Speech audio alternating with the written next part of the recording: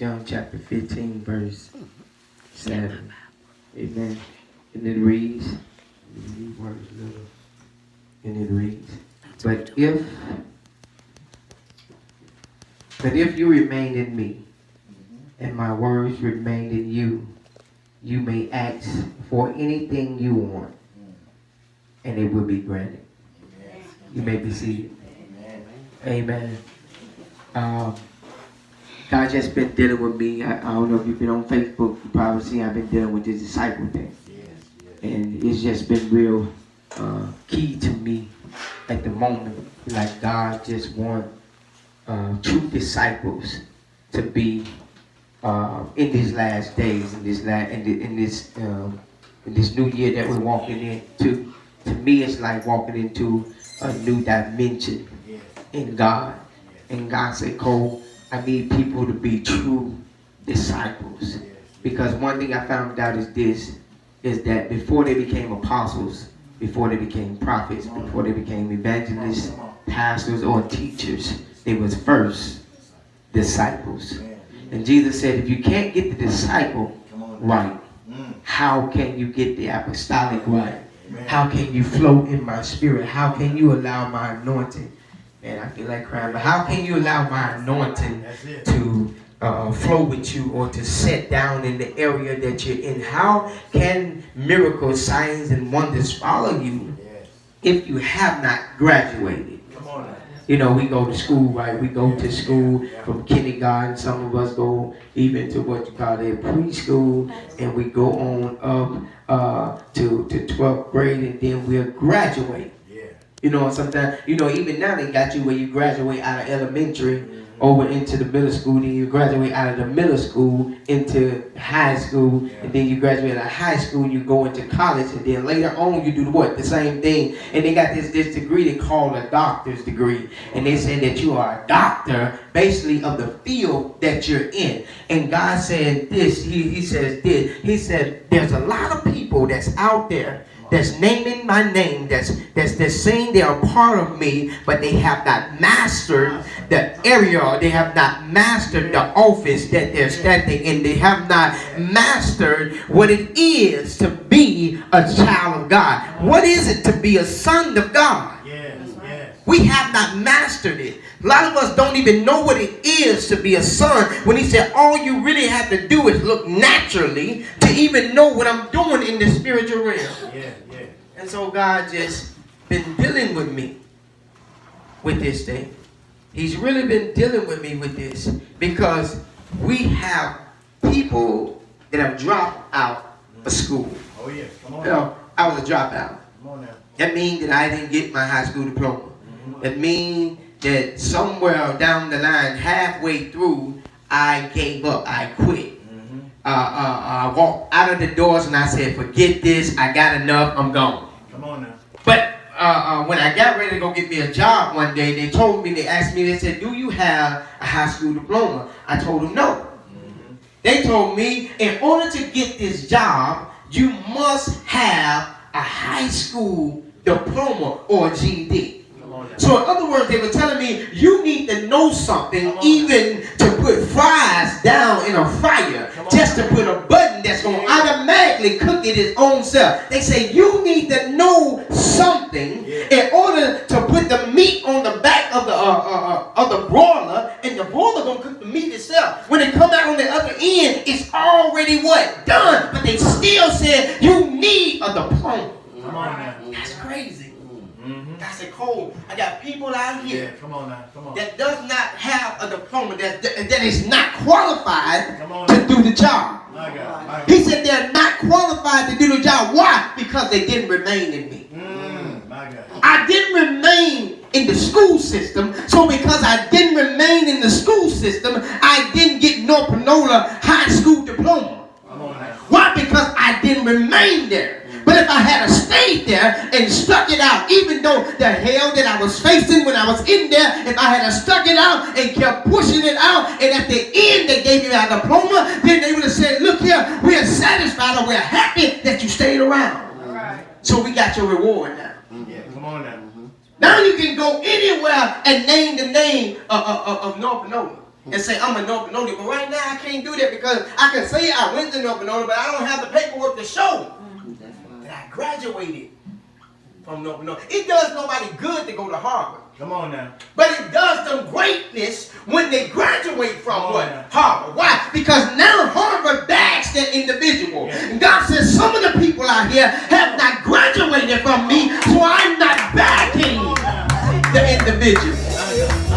He said, I'm not bagging them, Cole. He said, because they did not remain in me.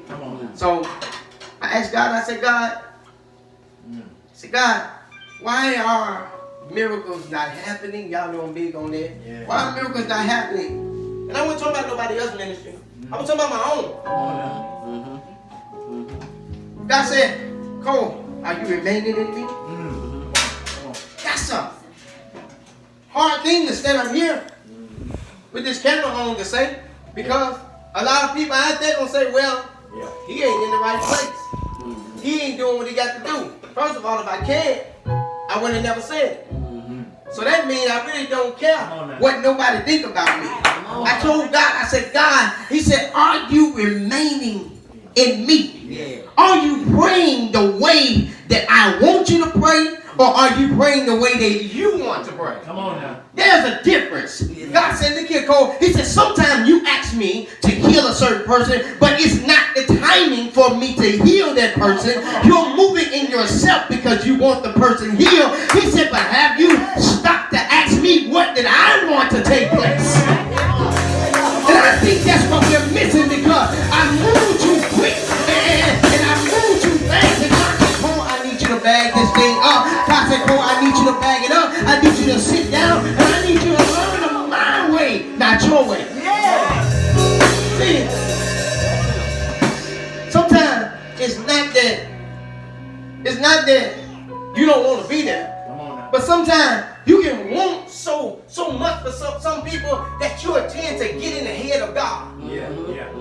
You want to see people not sick. You want to see people blinded eyes open. You want to see people deaf ears open. You want to see them begin to talk. You want to see kidneys, glory, hallelujah, be healed.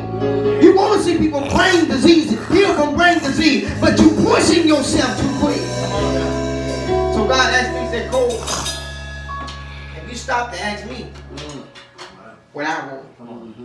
Have you stopped to ask me? You know how sometimes we get up and we say, God's going to save 10 people in here today. Did God really say it? Come on now. Or is that what you really want? Come on now. You know what I'm saying? I know your intentions are good because you really do want 10 people to be saved. But is that what God is seeing? Because see, God already knows exactly who's going to get saved. Come on now. So is this really what God spoke? Or is this really what we want? So we can go through school and we can pass tests after tests, but we can still not learn in the process. What have we learned since we follow Christ?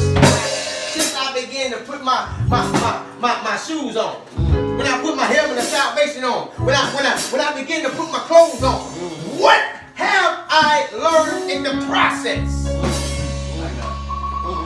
What have I learned? I've been saved ever since probably what? I've been walking in this thing since I was about 18. For real, I've been walking in this since I was about 18, and then I fall, get up. But what have I learned?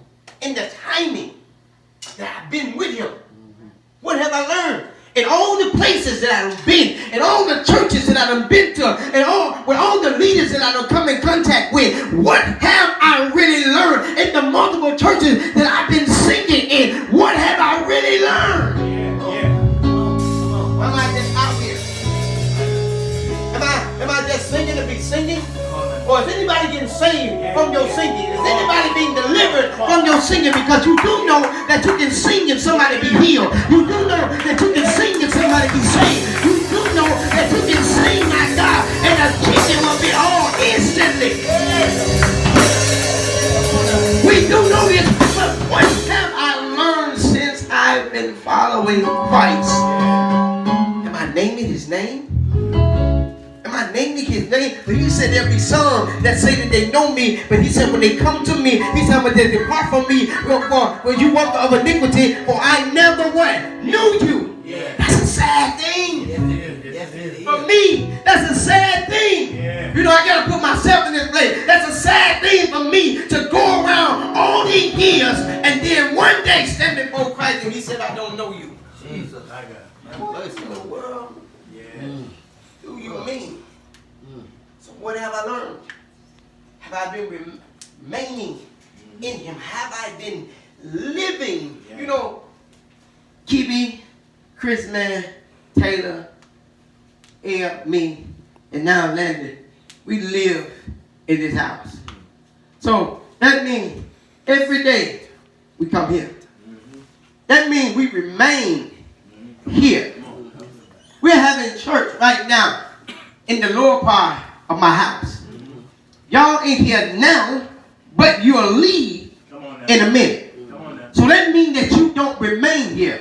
So that means if you live here, you got access to certain things. That means if you live here, well, we don't have a key, but we have a code. Now, that means that everybody that lives here except for Landon know the code to the house.